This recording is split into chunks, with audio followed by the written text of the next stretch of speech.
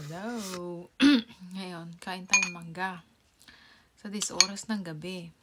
Alam nyo kung ano oras na? Alas 11. Yan. Diba? Maglalaway na naman kayo. Sausawan ko bagoong na may chili. Diba? Sarap. Ang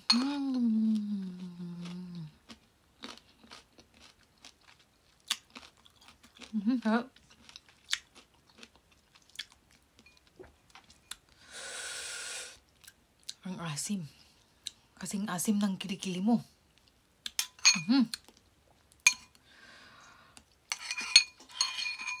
Yan o.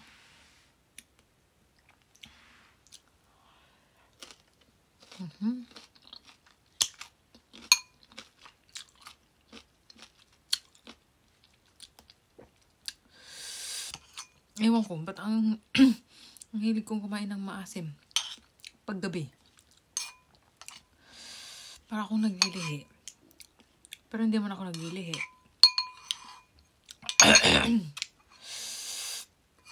Pero minsan, kapag walang mangga, boy bawang at suka.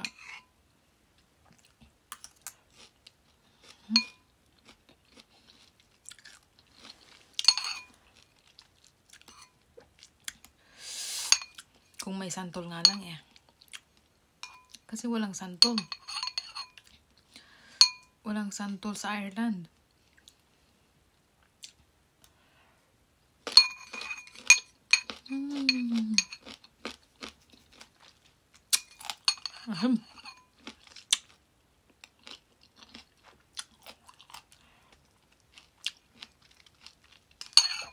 Bagoong.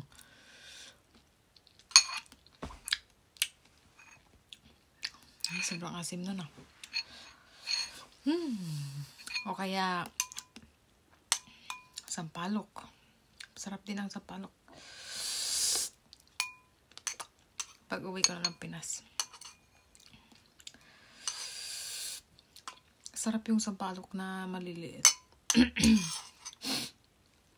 Nalala ko nung bata ko. Inaakyat namin yung puno ng sampalok. Tapos pati yung sausawan namin ng ng bagoong. Naakyat namin dun sa taas. O, diba? Tapos mamitas-mitas ka lang ng ganon. Tapos sausaw, nakaupo ka dun sa may sanga ng sampalok. Diba? Sarap ng buhay ng mga bata.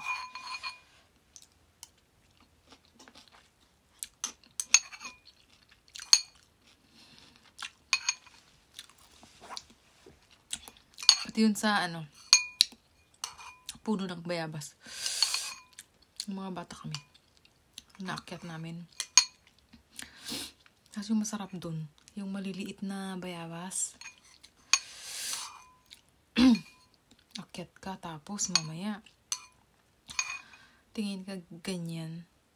May makikita kang uod. Alam niyo yung uod na brown? Nakakatakot. Parang pag inaakyat mo, hindi mo siya makikita. Tapos pag nasa taas ka na ng puno, makikita mo na siya. Nandun, nakakapit dun sa may puno ng bayabas. Kasi brown.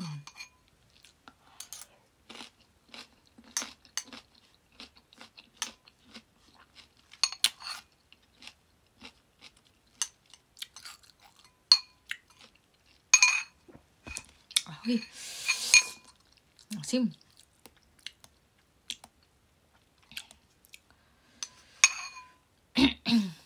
Pero kahit hating gabi ako kumakain ng maasim, di naman sumasakit ang tiyan ko. Kahit uminom ako nito ng kahit samahan ko to ng Coke, di naman sumasama yung tiyan ko. Siguro talagang matibay lang talaga yung tiyan ko.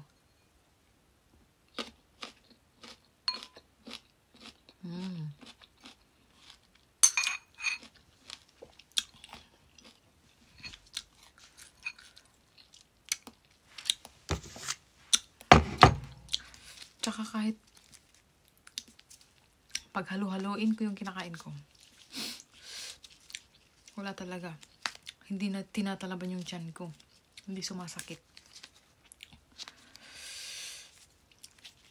Kaya, ngayon, halo-halo. Kain tayo ng suman. Suman. Yan. Sarap.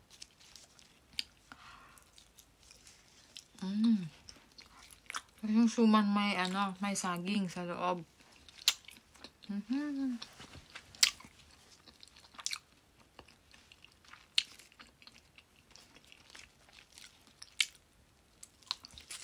Sarap.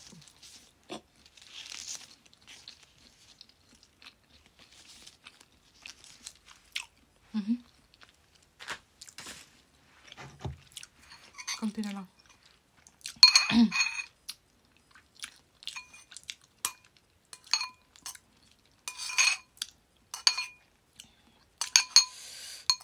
Suman at mangga for tonight.